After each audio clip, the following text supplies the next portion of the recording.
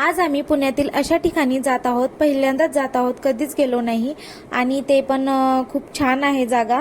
त्याच्या अगोदर बघा इथे वडापाव वगैरे खाल्लोत, भूक लागली होती म्हणून। आणि आम्ही जात होतो aviation gallery, doctor Balasaheb Deoras या ठिकाणी। खूप छान आहे आणि खूप सुंदर आहे हे ठिकाण।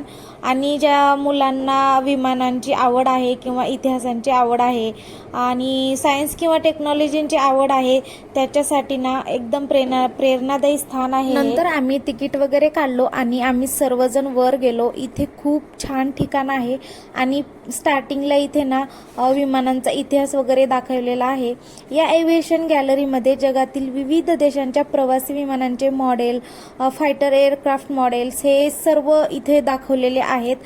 मिनिचर एअरफोर्स सेटअप पण दाखवलेला आहे, एअरक्राफ्ट इंजिन्स, एव्हिएशन सायन्स आणि भारतीय विमान क्षेत्राशी संबंधित भन्नाट गोष्टी इथे पाहायला भेटतील।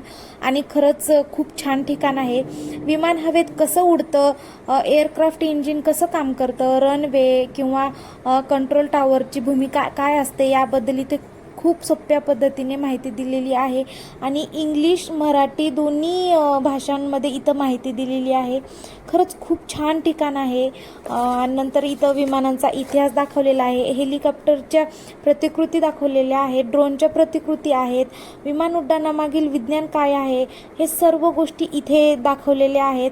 किंवा इंडियन एअरफोर्सेस एरोप्लेन मॉडेल व त्यांची माहिती इथे पाहायला भेटते।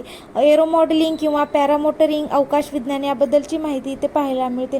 खरंच खूप छान ठिकाण आहे, आम्ही पण खूप एन्जॉय केलो। जर तुम्हाला विमान, एव्हिएशन सायन्स किंवा टेक्नॉलॉजी मध्ये आवड असेल तर पुण्यातील या ठिकाणी नक्की भेट द्या तुम्ही।